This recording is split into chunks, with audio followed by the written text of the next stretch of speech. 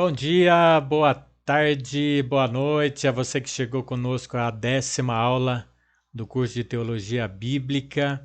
Estamos na reta final e eu quero incentivar você, eu quero incentivar que você continue firme e perseverante para a gente fechar esse módulo, né? Se o Senhor permitir, vamos continuar falando um pouco mais aí até o final do ano sobre um outro assunto interessante, mas enquanto isso vamos nos ater aqui na aula de hoje. Dou graças a Deus pela sua perseverança, sua dedicação. Nós vamos falar sobre 3 assuntos hoje e o primeiro é esse: cânticos ao Senhor. Na aula passada nós falamos sobre a oferta e a ceia ao Senhor, que são 2 atos de adorações a Deus. O cântico também é um ato de adoração, né?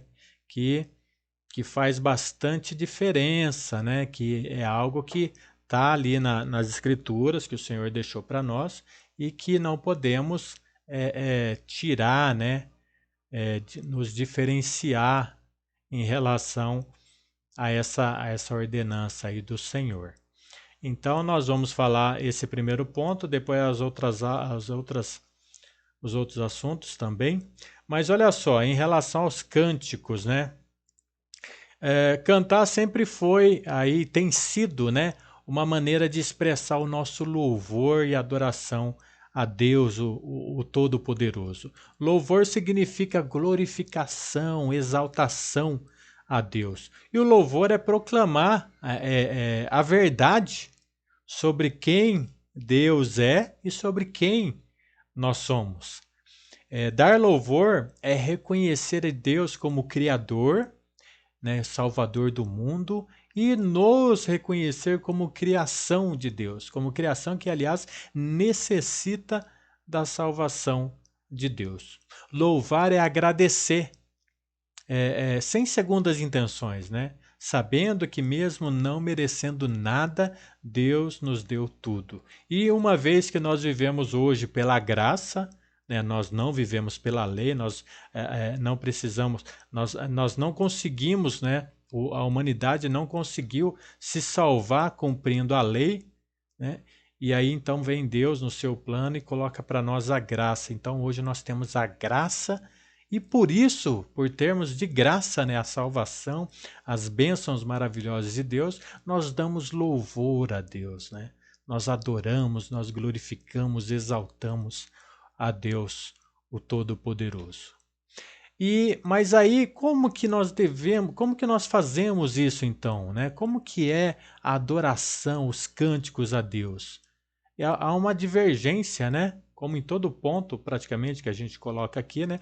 Existem algumas divergências no mundo religioso, né? Mas vamos ver na Bíblia, o que a Bíblia vai nos trazer, né, em relação aos cânticos ao Senhor, em relação à adoração ao Senhor.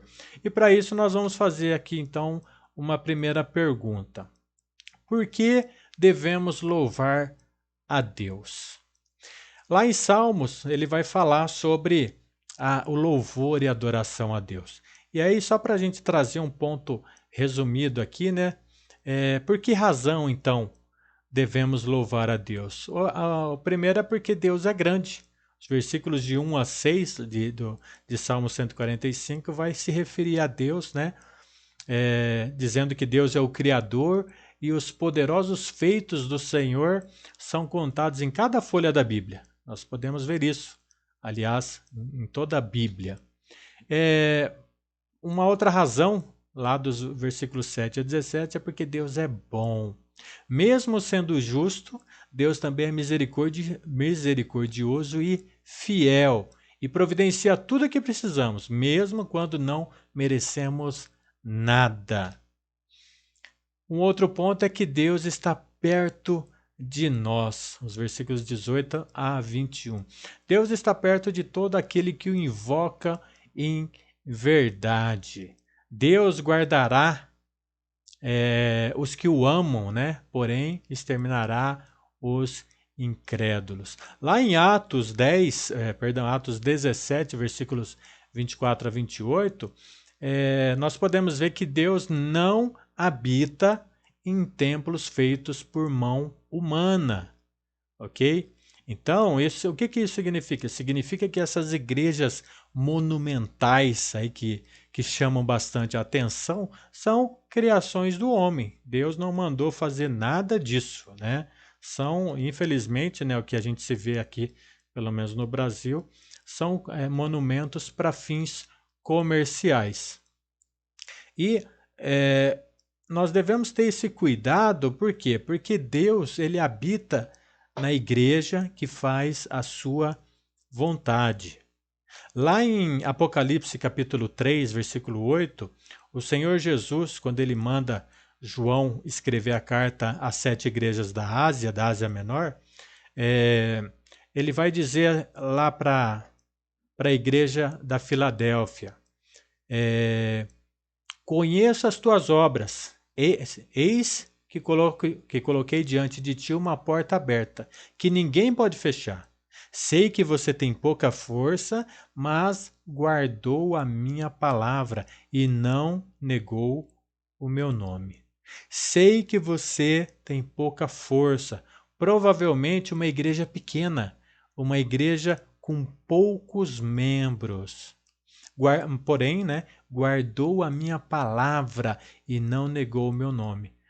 Isso mostra que, embora uma igreja pequena, com poucos membros, havia membros fiéis. Então, o Senhor, o Deus, né, ele habita na igreja que faz a vontade dele. Não pense você que Deus habita num monumento feito por mãos humanas, porque a Bíblia já deixou claro que isso não é verdade. Deus habita na igreja que faz a vontade dele, tá? Igreja que não faz a vontade dele, tenha certeza que Deus não habita.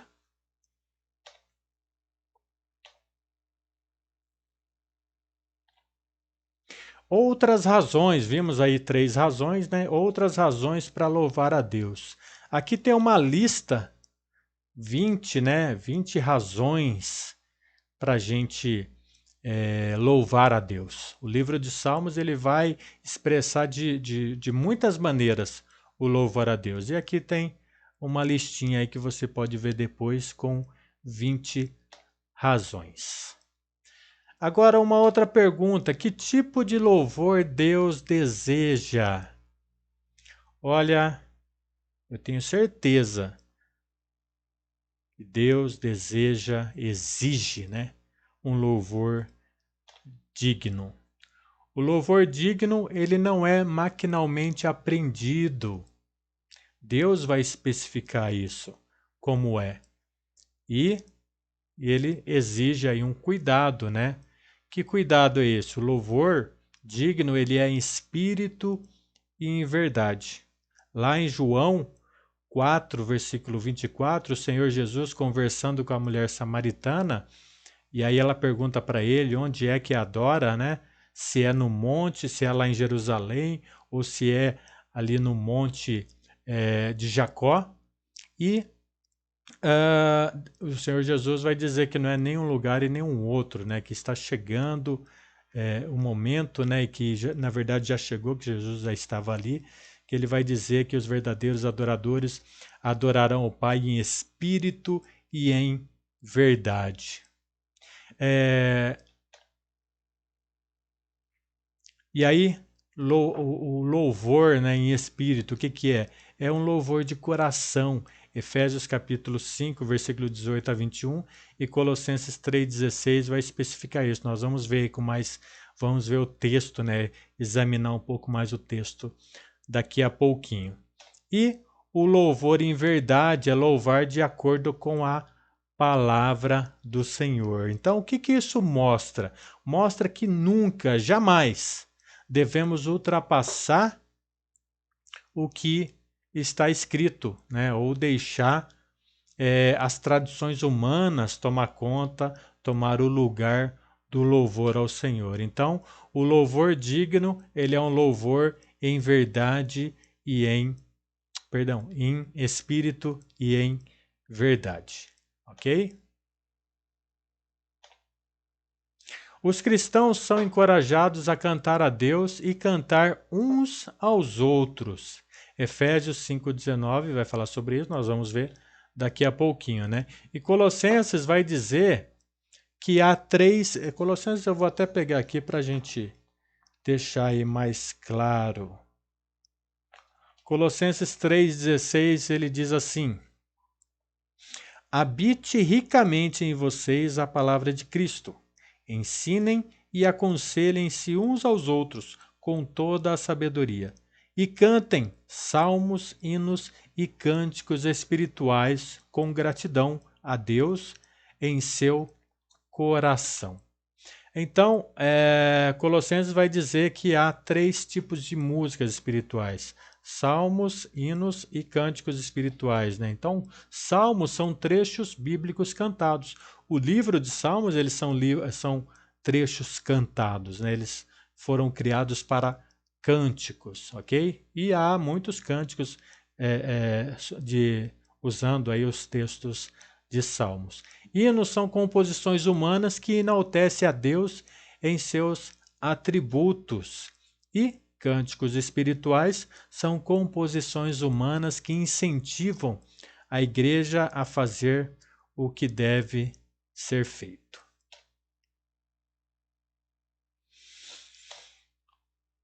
O louvor no Novo Testamento é um louvor de cântico.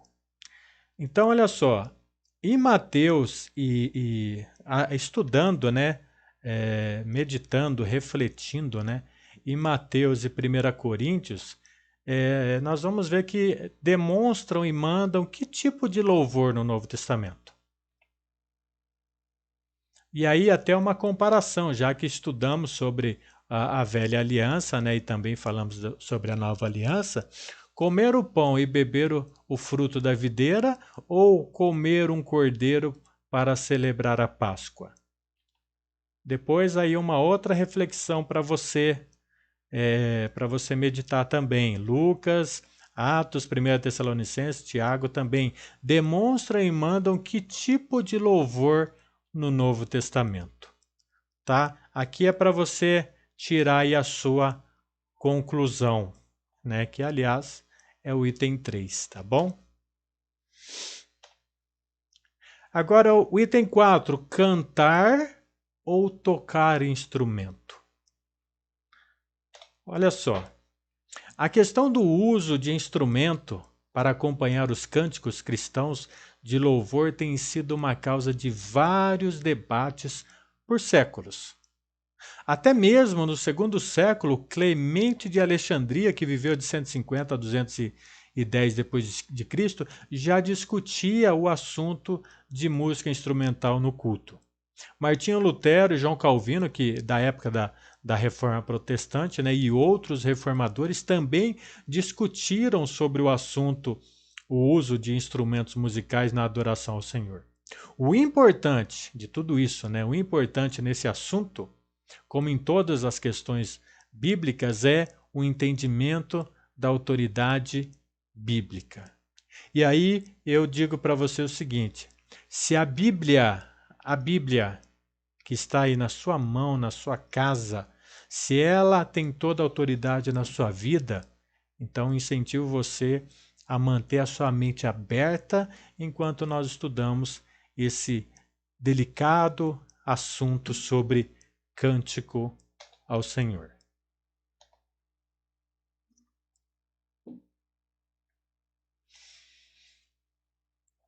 O uso de instrumentos e outras coisas no louvor do Velho Testamento. Lá em 1 Crônicas 23, diz que o uso de instrumentos musicais foram criados por Davi e usados para adorar a Deus. 2 Crônicas 29 diz que o uso dos instrumentos no louvor foi ordenado por Deus. E as ofertas de ações de graça, ofertas queimadas e libações também foram mandados por Deus no louvor. Porém, né, estas coisas faziam parte do louvor no Velho Testamento. ok? E aí, para você ter uma ideia, são esses os instrumentos, né, criados por Davi e usados para adoração a Deus. A harpa, os símbolos, a lira, ou alaúde, né, ou saltério, as cornetas, trombetas, tudo isso conforme você pode confirmar, inclusive lá em 1 Crônicas 16, versículos 4 a 7. Continuando, lá em Salmos 150, vai dizer que também fala, né, sobre o uso de instrumento no louvor a Deus. Então, o livro de Salmos, ele foi escrito, ele faz parte do Velho Testamento. Então, ele vai trazer muita coisa do Velho Testamento, até porque são personagens do Velho Testamento que escreveram. Então, vai trazer também, vai falar sobre o uso de instrumento no louvor, né, na adoração a Deus. Lá em Números, ele é bastante interessante, aliás, se você dá uma olhadinha lá, porque Deus ele foi mais específico, né? Ele vai mostrar como usar as cornetas. E aí você pode fazer essas perguntas aí para o texto e os versículos responderão essas perguntas, né? Quantos, quem, quando e como, né? Se usava aí as cornetas. Êxodo 30. Queimar incenso era mandamento na lei de Moisés? É só você dar uma olhada lá em Êxodo 30, você vai confirmar isso. E olha só, eu coloquei aqui Lucas, né? Queimar incenso acompanhava as orações no louvor do Velho Testamento. Então, olha só, embora Lucas está lá no Novo Testamento, né? Ele se refere ao serviço sacerdotal de Zacarias para dizer que queimar incenso acompanhava as orações no louvor do Velho Testamento, da lei de Moisés, ok? O louvor ao Senhor no Velho Testamento então incluía oração, ofertas de incenso, ofertas de sacrifício, cantar, tocar, queimar animais, entre outras coisas. Tudo bem? Vamos lá para o item 6. Agora, olha só, o uso de instrumento não faz parte do louvor no Novo Testamento. Vamos ver isso. Primeiro ponto aí, existem dois tipos de música, a voz e o instrumento. A música com a voz era o único tipo usado na igreja do primeiro século, mesmo que os judeus usassem instrumentos no seu louvor debaixo da lei de Moisés. Lyman Coleman, um destacado erudito presbiteriano, ele escreveu assim, ó: tanto os judeus no Novo Testamento, tanto os judeus no templo, em seu serviço, e os gregos na sua adoração a ídolos, estavam acostumados com o acompanhamento de música instrumental. Os convertidos ao cristianismo deveriam ser familiarizados com esse modelo de cantar, mas é geralmente admitido que os cristãos primitivos não empregaram música instrumental em sua adoração religiosa. Olha que interessante, hein? Um outro item. As passagens que já lemos, que falam sobre cantar no Novo Testamento, não mencionam o uso de instrumento. Na verdade, as passagens que eu mencionei aqui, mas nós vamos ler, tá? Que é Efésios e Colossenses.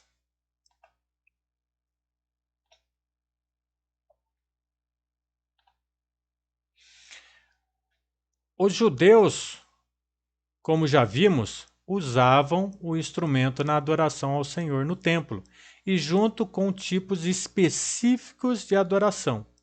Agora, olha só, esse ponto aqui ele é importante porque está falando sobre a adoração lá do Velho Testamento. Então, é importante frisar que somente os levitas poderiam tocar os instrumentos, ok? E aí eu vou até polemizar um pouquinho aqui a aula, né? Eu já ouvi pessoas se intitulando levitas na igreja, tá? Mas eu aconselho a lerem lá, por exemplo, Esdras capítulo 2, que vai dizer que quando o povo começou a retornar do exílio, né? Alguns que disseram ser descendentes de Israel, eles não conseguiram comprovar que as suas famílias realmente faziam parte, descendiam de Israel. E eles foram considerados impuros. Esdras e, salvo engano, Neemias também, eles fizeram um trabalho árduo aí para comprovar, né, aquelas pessoas que se diziam descendentes, para ver se realmente eles descendiam de Israel. Tá? Por quê? Porque existe todo um cuidado aí. Era um cuidado muito grande. Tinha alguns sacerdotes que não puderam fazer parte da adoração porque eles não tinham comprovada a descendência. E aí fica uma pergunta: se há levitas hoje, será que consegue provar sua descendência? Então, assim, vamos ser lógico, né?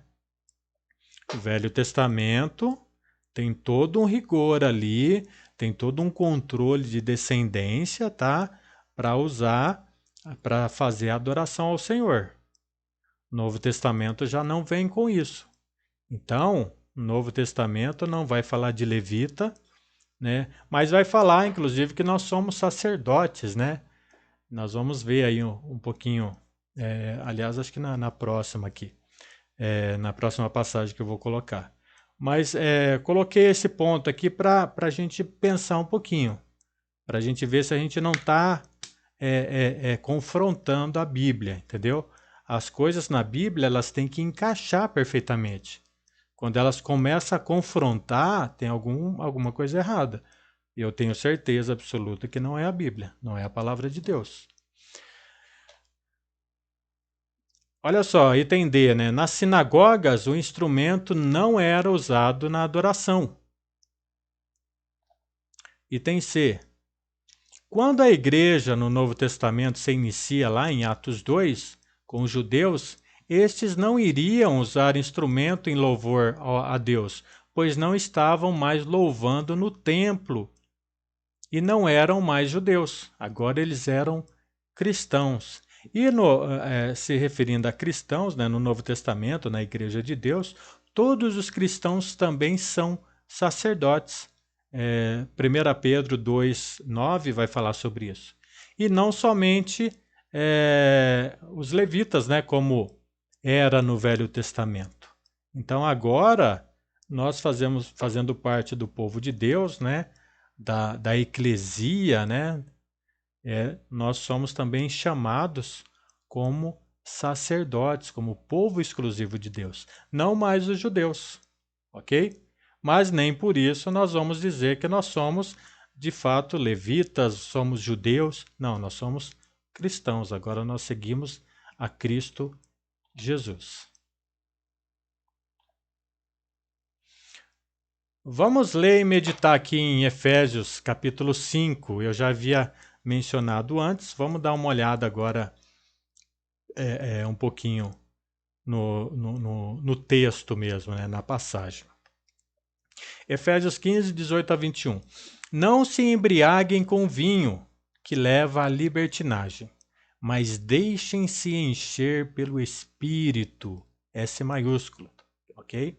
Perdão, E maiúsculo, Espírito de Deus, falando entre si com salmos, hinos e cânticos espirituais, cantando e louvando de coração ao Senhor, dando graças constantemente a Deus Pai por todas as coisas, em nome do nosso Senhor Jesus Cristo, e sujeitem-se uns aos outros por temor a Cristo. Então, seguindo aí o mandamento, né, de ser cheio do Espírito Santo, no texto grego há muitos particípios que descrevem o que os cristãos são quando são cheios do Espírito Santo.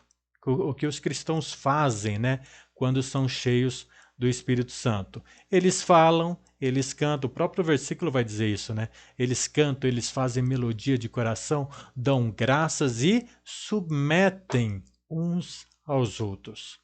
Os instrumentos musicais, eles não são necessários ou algo que se deva usar como uma solução para cumprir aí este ensinamento. E, aliás, eles não são nem capazes de falar, de cantar sozinhos, né? São, são apenas objetos, né? Ok? Agora vamos nessa mesma sequência, né, ler e meditar em Colossenses 3, do 15 ao 17. Ele diz assim: que a paz de Cristo seja o juiz em seus corações. Olha só, a paz de Cristo é que vai trazer aí uma decisão, né, em nossos corações. O juiz é aquele que traz decisões, né, sentença. Que a paz de Cristo seja o juiz em seus corações, visto que vocês foram chamados para viver em paz, como membros de um só corpo, e sejam agradecidos. Habite ricamente em vocês a palavra de Cristo. Ensinem e aconselhem-se uns aos outros com toda a sabedoria e cantem salmos, hinos e cânticos espirituais com gratidão a Deus em seus corações. Tudo o que fizerem, seja em palavras ou em ações, façam-no em nome do Senhor Jesus, dando por meio dele graças a Deus Pai. Então, como já vimos lá em Colossenses 3,16, há 3 tipos, né, de músicas instrumentais. Os salmos, que são trechos bíblicos cantados, os hinos, que são composições humanas que enaltecem a Deus e seus atributos, e os cânticos espirituais, que são composições humanas que incentivam a igreja a fazer o que deve fazer, né, o que deve ser feito.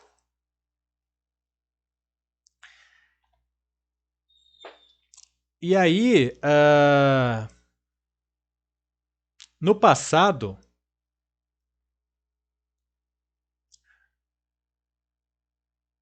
isso. Então, assim, nesse sentido, né, no passado, alguns que defenderam o uso de instrumentos tentaram reivindicar a autoridade bíblica no uso do texto grego psalo, né, que significa salmos, que a gente conhece hoje como salmo. Ou alguns até diria que psalmos, né?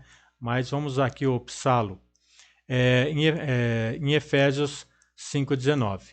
Então eles tentavam defender aí o uso de instrumentos, né, usando essa passagem. Eles diziam que o termo significa tanger, dedilhar um instrumento de corda. Contudo, estudos linguísticos concluíram que este termo, como usado, né, no primeiro século, nunca trazia esse significado e assim nunca implicaria em música instrumental. Então, assim, embora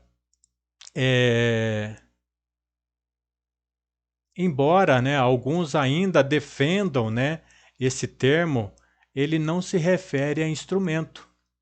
E há aqueles que defendem que o termo ele significa sim, tem o sentido de dedilhar, de tocar as cordas do coração. Agora, de qualquer forma, né, exclui-se o uso de instrumentos musicais, já que nesse último, usa-se o coração como instrumento, entendeu? Então, na verdade é isso que nós vamos ver aqui, ó. Esse termo, aliás, até para reforçar, né, essa afirmação que eu acabei de dizer, dedilhar as cordas do coração,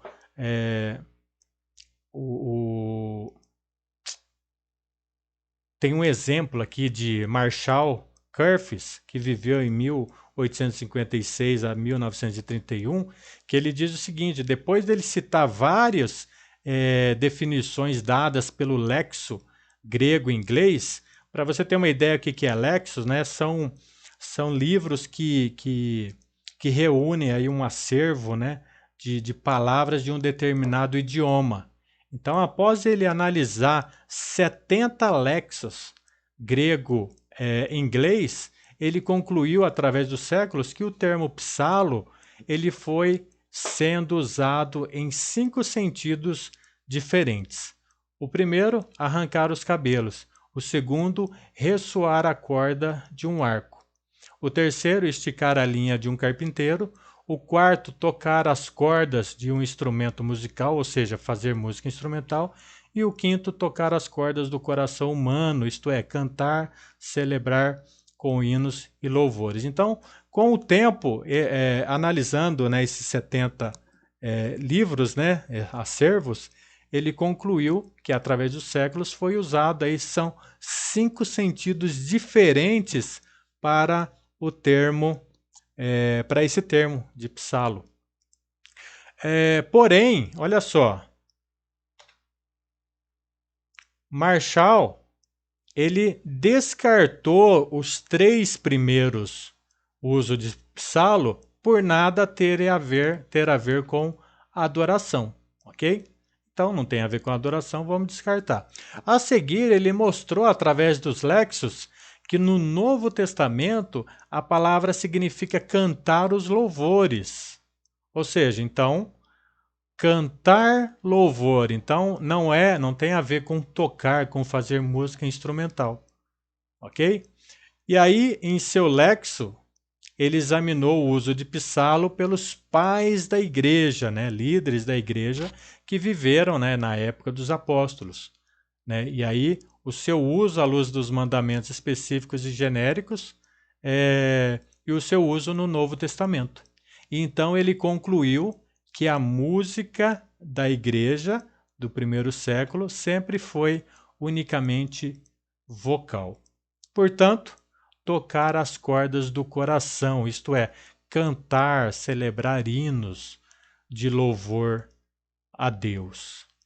Agora, olha só, o Novo Testamento, ele não diz explicitamente, claramente, né? Vocês não usarão instrumentos musicais. Ok? Da mesma forma que ele também não proíbe, se você analisar, ele não proíbe o batismo por aspersão, o batismo de bebê, não proíbe, inclusive, orar a Maria, mãe de Jesus, né? Ou estabelecer honra, inclusive estabelecer honra a homens. A igreja não, as páginas do Novo Testamento não vai proibir isso. Contudo, o Novo Testamento ele implicitamente proíbe todas essas coisas ao especificar o que é certo em outras coisas, ok? É chamado a lei da exclusão. Então, quando se existe aí, eu gosto de dar esse exemplo, né? Tem uma piscina de bolinha com bolinha azul, branca, preta e vermelha. Se eu disser para você pegar a vermelha, eu já excluí a azul, branca e preta. Eu não preciso dizer, deixa a azul, deixa a branca, deixa a preta, traga só a vermelha. Então, é a lei da exclusão. Quando você diz algo, você exclui as outras coisas. Tudo bem? E aí nós fechamos, então, com uma aplicação e um desafio para você. É incontestável o uso de instrumentos no louvor do Velho Testamento. Mas o Velho Testamento foi abolido como lei, junto com todos os seus mandamentos. Nós já estudamos sobre isso, ok? Colossenses 2,14, Jesus cravou a lei de Moisés na cruz, quando ele morreu, para nos dar a graça. Gálatas 5, 3-6, quem se justifica na lei, tenta se justificar na lei, cai da graça, perde a salvação, é perigosíssimo. A música usada no primeiro século era somente a voz. Os primeiros cristãos estavam contra o uso de instrumentos no louvor a Deus e usaram os escritos dos apóstolos para comprovar suas razões. Nós vimos aí Efésios e Colossenses. Aliás, o próprio significado, né, a origem da palavra a capela, você pode procurar aí no dicionário, né, reforça o cantar sem instrumentos. A capela significa a moda da igreja, então da igreja primitiva, ou seja, sem uso de instrumentos. Então, e aí vamos adorar a Deus em espírito e em verdade, né? Eu incentivo você a decorar então João 4:24. Deus é espírito e importa que seus adoradores o adorem em espírito e em verdade. Ok, então fechamos aí a primeiro assunto. Agora vamos falar então sobre as orações dos santos. Muitos cristãos têm um entendimento errado, né, sobre oração. Alguns acham que é uma coisa que depende muito das palavras certas, né, como se fossem palavras mágicas. E na realidade a oração é a forma que os cristãos têm para se comunicar com Deus. Nós damos louvor a Deus, fazemos pedidos e compartilhamos com o Senhor os nossos pensamentos, as nossas emoções, as nossas intimidades, aliás, pensamentos e intimidade e emoções mais íntimas até nós compartilhamos com Deus. E ao orar, temos a certeza que Deus nos ouve. Então aliás, nos ouve e nos responde, né? Esse é o nosso canal aí com Deus. E segundo lá Tiago, né, 5,16, a oração do justo é muito eficaz. Então, através da oração, as coisas mudam. Nós temos que ter isso em mente, né? Existe algo aí literalmente sobrenatural, né? E nós oramos a Deus e algo vai acontecer, as coisas mudam sim. O que importa, nós vamos ver aí, aliás, né? Mas não é que tem segredo, né? Eu diria, até adiantando, o segredo é a fidelidade, né? É o compromisso com o Senhor, esse é o ponto. E aí nós vamos então fazer algumas perguntas, né? Essa ideia de pergunta ela é muito interessante para a gente obter resposta da Bíblia. Então, como se deve orar? A primeira pergunta, como? A forma, né? Como se deve orar? O próprio Senhor Jesus, ele nos ensina como devemos orar lá em Mateus, capítulo 6. Então, olha só. Nós vamos seguir um pouquinho aqui Mateus, que é onde o Senhor Jesus vai falar sobre oração, tá? E eu acho que você até vai ficar um pouco surpreso aí com o que eu vou falar para você. Mas vamos lá, então, os primeiros versículos aqui, ó, 5-8, né? A oração é uma conversa íntima com Deus. Os que oram para ser vistos pelos homens com orações longas ou com vãs repetições não serão atendidos. Leia depois aí você, Mateus 23, tá? E você vai ver que Jesus reprovou aí a hipocrisia, né, dos fariseus, né, saduceus, né? E Jesus é bastante duro, aliás, no capítulo 23 de Mateus. E podemos repetir pedidos, olha só, podemos repetir pedidos como feito com Jesus, como feito com Paulo, né? Eles oraram e pediram e repetiram pedidos. Mas quando há palavras e falas mecanicamente sem sentido, ou seja, aquelas palavras que você repete no dia a dia sem sentido algum, essas repetições se tornam vãs. Entendeu? Não tem sentido algum, não é específico. E Jesus proíbe aí, perdão, Jesus não proíbe, né, a oração em público, nós podemos ver lá em João, mas ele enfatiza que o princípio da adoração não deve ser feita com fins egoístas. Essa passagem ela é bastante interessante sobre isso. Então, olha só, dentro desse contexto aí, as minhas sugestões é que nós devemos ter um equilíbrio, né, nas orações. Aliás, se você, talvez você seja até como eu, né? Eu tenho me esforçado para fazer diferente, mas muitas vezes a gente olha para a gente, né? E vamos pedir a Deus aquilo que a gente deseja, né? Então, muitas vezes as orações elas são só de pedidos, pedidos, pedidos, não é? Mas a gente tem que mudar isso e o equilíbrio está nisso. A gente mudar.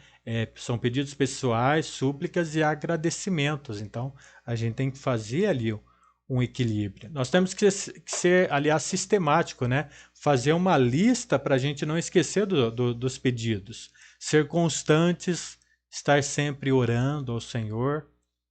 Tem pessoas que colocam disciplinas ali, horários, né? Mas o ponto é que se é um relacionamento e se Deus é como uma pessoa, a amizade íntima vai surgir desse relacionamento. Então, por isso, nós temos que ter bastante conversa aí com o Senhor, né? E, inclusive, a leitura, né, da Bíblia. Temos que ser específico, né? Deus já sabe o que a gente vai pedir antes da gente falar, mas Ele quer ouvir. E ser persistente também, né? A gente não pode desanimar, ok? Uma outra pergunta: qual é o exemplo de oração? Mateus capítulo 6, versículos de 9 a 15. Lá em Mateus 6, né, nós vemos a conhecida oração do Pai Nosso. Agora, olha só, ao contrário de que muitos entendem, essa passagem, o Senhor Jesus não está nos ensinando uma oração, tá? Para a gente ficar orando aí, Pai Nosso que estás no céu. O Senhor Jesus não está ensinando isso como uma oração para a gente ficar repetindo. Nós temos que ter cuidado porque os versículos anteriores vão falar de repetições sem sentido, ok? Então você ficar orando aquela passagem que o Senhor Jesus, que consta aqui em Mateus, que o Senhor Jesus descreveu em Mateus, é orar de maneira vã, né? Repetições sem sentido. Então, olha só, o Senhor Jesus ele está nos ensinando como orar, ele está dando um exemplo para a gente de como orar. E por isso, dando esse exemplo, né? Aliás, reforçando que é um exemplo, você não vai encontrar essa oração em outras partes da Bíblia. Ok? Então, olha só. A oração ensinada pelo Senhor Jesus como exemplo inclui os seguintes elementos: exaltação, lá no versículo 9, prioridade, versículo 10, pedido pelo pão e perdão e proteção, versículos 11 e 13, louvor, versículo 13 ainda, e o amém, que assim seja, né? O versículo 13. Então, como um exemplo, né? Aliás, isso. Faremos bem, então, né, se nossas orações incluírem os mesmos itens indicados aqui pelo Senhor Jesus. Agora, como um exemplo do que o Senhor Jesus ensina, eu entendo que a nossa oração ela deve começar com aqui no caso, exaltação, né? É a adoração ao Senhor, né? O livro de Salmos vai falar muito sobre adoração. Depois vem a confissão de pecados, depois um tempo de agradecimento pelas bênçãos recebidas, ok? E depois é a hora de pedido. E por último, o reconhecimento da soberania de Deus, que é o amém. Então, a ideia aqui é a gente fazer um equilíbrio e buscando sempre esse exemplo, né? Exaltação, a prioridade, o pedido, perdão, proteção, louvor e o amém. Então, adoração ao Senhor, confissão de pecados, agradecimentos pelas bênçãos, pedido e o amém, assim seja.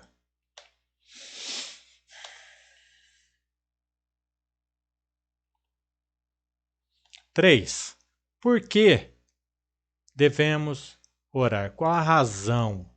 Então, nós vimos lá em Mateus 6,8, né, que Deus sabe das nossas necessidades muito antes de pedir, né? Mas Ele ainda quer que peçamos, ok? ele também está pronto para dar as boas coisas aos que lhe pedirem. Talvez ele quer que reconheçamos o que precisamos e de onde vem o nosso auxílio. Dedicar-se à oração é uma necessidade especial para os líderes espirituais. Lá em Atos 4, 6, 4 vai falar sobre isso, né?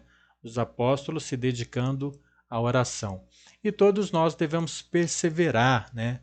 Insistir nas orações, sermos constantes nas orações. Então, por que razão, né? Devemos orar? Estão aí as razões. 4. Quando devemos orar? O próprio Senhor Jesus contou uma parábola, né, da viúva persistente, né, ilustrando aí o fato de quando devemos orar. Lucas 18, versículos 1 a 8. Devemos orar sempre, sem esmorecer, sem desanimar, né, sem cessar. Esta passagem significa que devemos sempre ter um espírito de oração, não importando a hora, o dia ou o local. Olha só, tem pessoas que dizem, né, que o melhor momento para se orar é de madrugada, na vigília. Eu já ouvi, aliás, até afirmações do tipo: eu consegui deixar esse pecado porque acordava de madrugada para orar. Outros dizem, né, o melhor horário para orar são as 3 da tarde, o horário em que o Senhor Jesus morreu. Olha, nós temos que ter alguns cuidados, né? Porque a Bíblia ela não traz afirmação nenhuma sobre os melhores horários para se orar. A Bíblia não diz que de madrugada, na vigília, às 15 horas, né, tem mais poder ou que Deus concede exceções, né, ou está bonzinho nesses momentos. Tá? Então, quem vai determinar o melhor horário é você. E de madrugada é bom? Sem dúvida, né? É até uma questão de, vamos dizer assim, de lógica, né? Porque o ambiente está tranquilo, o mundo parou praticamente, né? Todo mundo dormindo, você consegue se concentrar, mas você também consegue se concentrar em outros horários, né?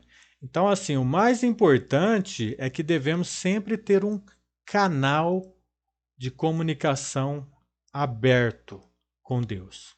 É orar sem esmorecer, sem cessar, não importa a hora, não importa o dia, não importa o local. 5. Qual deve ser a nossa atitude em oração? Qual deve ser a nossa atitude em oração? Olha só, essa passagem ela é excelente, né? Humilhai-vos na presença do Senhor e Ele vos exaltará. Tiago 4:10. Os que oram com orgulho, oram para si próprio. Os que oram humildemente, oram a Deus e Ele os atende. Nessa parábola de Lucas, o Senhor Jesus mostra que enquanto enquanto o fariseu dava graças a Deus, né, e se orgulhava na presença de Deus, o publicano ele batia no peito e se humilhava pedindo misericórdia ao Senhor. Então, qual que deve ser a nossa atitude, né? De humilhação, né? Nos humilhar perante o Senhor, sermos humildes na presença do Senhor, reconhecer as nossas falhas, né? E aí sim, nós vamos fazer uma oração para o Senhor. 6. Onde e em qual posição devemos orar? Talvez você já deve ter feito essa pergunta, né? Ora em pé, ora ajoelhado na lateral da cama, nunca orar sentado. Tem várias pessoas que têm alguns cuidados, isso é muito bom, né? Esse zelo é muito bacana, né? Olha só o que a Bíblia diz. Ela tem exemplos de pessoas orando em lugares solitários, né? E em lugares especiais de oração. As pessoas oravam nos quartos, nos desertos, nos jardins, no templo, nas casas, nas praias, ajoelhadas, prostradas, em pé e com as mãos levantadas. Ou seja, não tem aí uma posição específica, né? Eu creio que o mais importante é que as coisas externas não devem influenciar, né, a eficácia da oração. Esse é o ponto. A oração ela deve ser espontânea, né, e de modo aceitável em qualquer circunstância, em qualquer posição. Ok?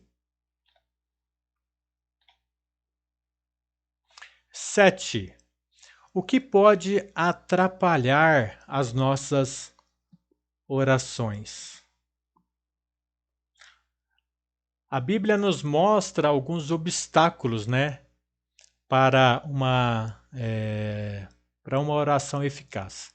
E alguns desses obstáculos são esses, né? Uma oração sem fé, pouca oração ou falta de pedir, pedir por motivos errados, problemas não resolvidos no casamento e pedir fora da vontade do Senhor.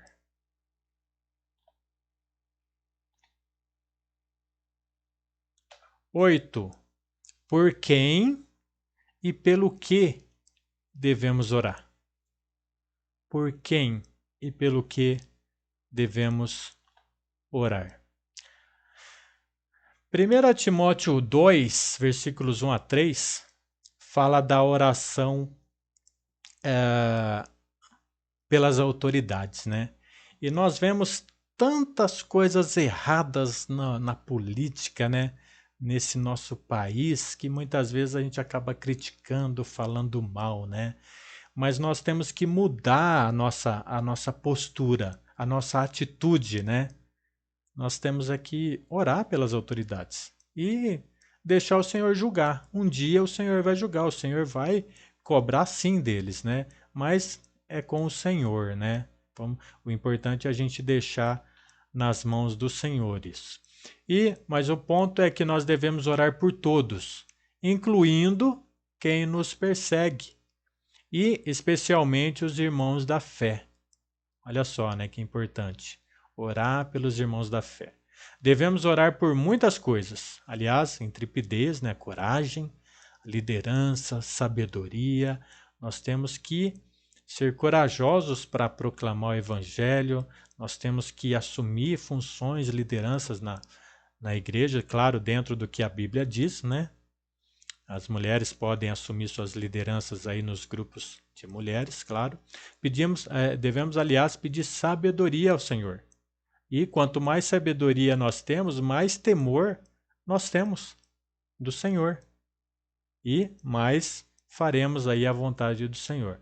Então, todas as áreas de nossas vidas são importantes para Deus. E nós devemos orar a respeito de tudo, de todas as áreas.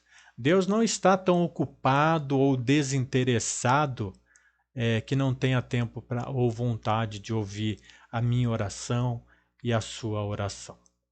Nós devemos orar, expor tudo e fazer tudo isso com humildade. Mais um ponto. Devemos orar em nome de quem? Quando Jesus morreu, o véu do santuário se rasgou.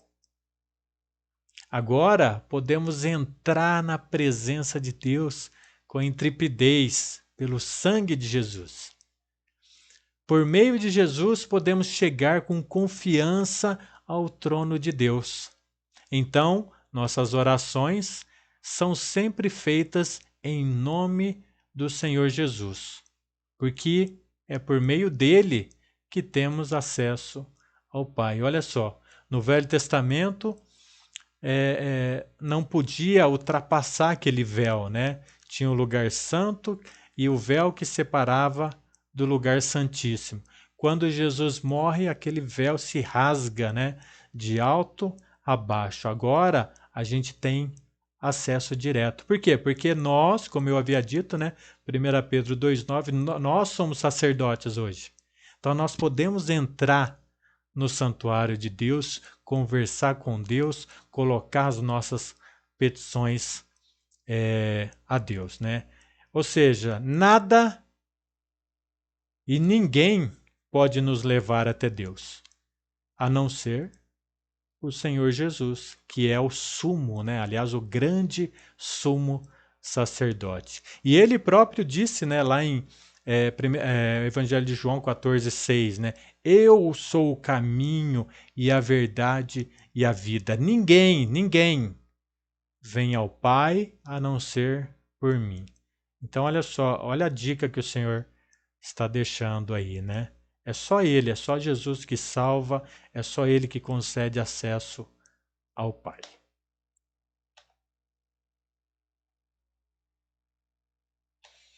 Dez. Como serão as respostas das orações? Olha só, hein? Interessante, né? Como serão as respostas das orações? Temos aqui algumas passagens, 1 João e Mateus. E olha só, se o nosso pedido é segundo a vontade de Deus, receberemos uma resposta afirmativa. Se não for, Deus negará o pedido. Devemos esperar pela resposta do Senhor que virá no momento certo. Deus pode dizer sim, não, ou espere um pouco.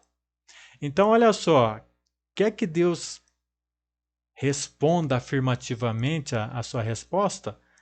Faça a vontade do Senhor, né? Ore para que o Senhor coloque pessoas na sua vida para você pregar o Evangelho, para que o Senhor dê oportunidade para você pregar o Evangelho e mais pessoas terem as suas almas salvas. É certo que Deus vai conceder esse seu pedido, né? O ponto é que às vezes a gente pede por motivos errados, né? Como diz Tiago, né? Agora, então, como mencionado aqui, né? Se não for, né, da vontade de Deus, devemos aguardar, né? E a resposta de Deus vai ser sim, não ou espere um pouco. E aí eu já adianto para você, o não geralmente a gente já tem, né? Então só vai faltar o sim ou espere um pouco. Já deu uma eliminada, não é verdade? Mais um ponto aqui, né? A oração funciona? O que você acha? A oração funciona? Tiago diz que a oração de um justo é poderosa e eficaz. O justo, ele não é aquele que nunca peca. O justo é aquele que é justificado pelo sangue de Jesus. Então, se você foi lavado pelo sangue de Jesus, você é um justo perante Deus. Então, a sua oração funciona assim. Só tem que pedir pelo motivo certo, né? Deus nos ouve e muda as circunstâncias de acordo com o nosso pedido. A oração é a conexão direta que o cristão tem com o poder sobrenatural que criou o mundo, o poder de Deus. Então, como justos, nós podemos provar do poder de Deus, né? Nós somos remidos pelo Senhor. Nós só temos que ter sabedoria para pedir, ok? E aí, fechando com uma aplicação e um desafio. Jesus lutou em oração e ganhou a vitória. Depois, ele enfrentou com calma a perseguição e a própria morte. Nós devemos lutar em oração para que a vitória também seja nossa. Não se esqueça a importância da leitura bíblica e da oração na sua vida diária. E decore Filipenses 4,6. Não andeis ansiosos por coisa alguma, mas em tudo, pela oração e súplica e com ações de graças apresentem seus pedidos a Deus. E a paz de Deus, que excede todo o entendimento, guardará o coração e a mente de vocês em Cristo Jesus. Amém? Agora, aproveitando, nós não mencionamos, né, mas eu vou aproveitar e expor aqui algumas ideias bíblicas sobre o jejum. Talvez você tenha aí várias dúvidas, né? Como eu já tive também várias dúvidas. Bom, a Bíblia,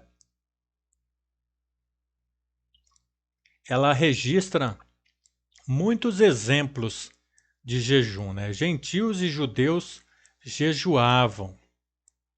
Entre os grandes nomes, né, da Bíblia, do Velho Testamento, aliás, que jejuaram, nós vemos aí Moisés, Davi, Elias, Daniel. No Novo Testamento, nós vemos o próprio Senhor Jesus, os seus discípulos. Então, assim, sem dúvida, o jejum ele tinha um lugar especial ali na vida da igreja no Novo Testamento. E essa prática ela não se limita a homens, porque nós temos exemplos aí também de mulheres, né? Tanto no Velho Testamento, Esther, por exemplo, como no Novo Testamento, quando fala da igreja. E se fala da igreja, era também mulheres incluídas nisso. Então, olha só, item 1, né? O jejum é entre o indivíduo e Deus. Ou seja, é feito com o fim de deixar de fazer algo normal e usar esse tempo em louvor a Deus, dedicado a Ele por meio de oração. E durante esse período, né, na maioria das vezes, é acompanhado de oração. Né? Ou seja, você não ora apenas no início e depois quando você vai encerrar, né? Das 8 às 17 horas, um exemplo. Né? Durante o período, né, você conversa com o Senhor, né? Então, ou seja, é acompanhado de oração, né? E principalmente porque a gente vai ter algumas sensações, né? Então a gente leva para o Senhor, né? Essas sensações e para a gente estar se alimentando, faz a leitura, né? Da palavra também, para a gente estar se alimentando desse momento. 2. Razões para jejuar. Nós temos várias razões para jejuar, né? Por exemplo, a santidade pessoal, que é tirar todo o orgulho do nosso coração, né? Isso é uma forma de disciplina para o nosso corpo. E disciplinar o carnal para fins espirituais.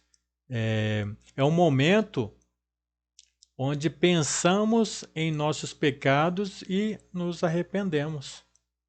Então, tudo isso para buscar aí a santidade pessoal, né?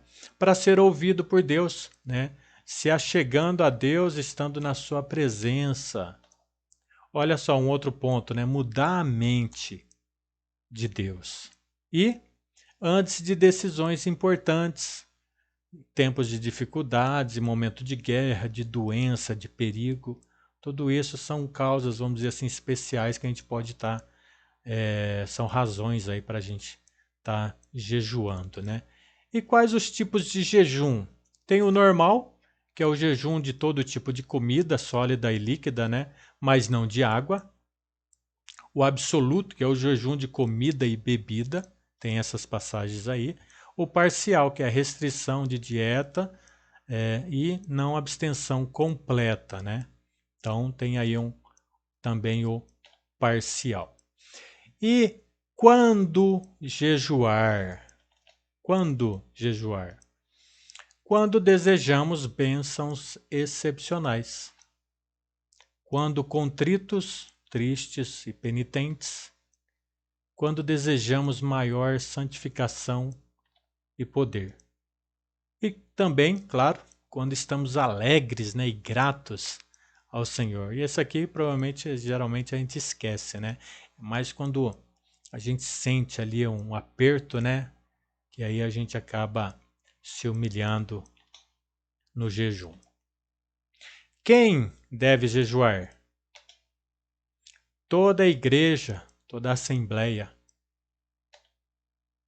grupos e o cristão sozinho. ou em grupo, ou cristão sozinho. E qual é a duração do jejum? Depende das condições físicas de cada um, né? Então, os que jejuam, por exemplo, 24 horas, devem tomar água, né? Tem que ter esse cuidado de tomar água. Os que têm algum problema de saúde, né? Por exemplo, hipoglicemia, né? Deve ter muito cuidado, aliás. E caso sinta o desejo de fazer, que faça, aí é sugestão minha, tá? Mas assim, buscando o cuidado, né? Se você tem algum problema de hipoglicemia, se você deseja fazer, né, faça por pouco tempo, né, e fique atento aos possíveis sintomas que pode vir, né, você deve saber aí os sintomas que causam, né, a hipoglicemia. Então, tenha cuidado para você fazer algo aí santificando, né, e não correr um risco aí com a sua saúde, tá bom?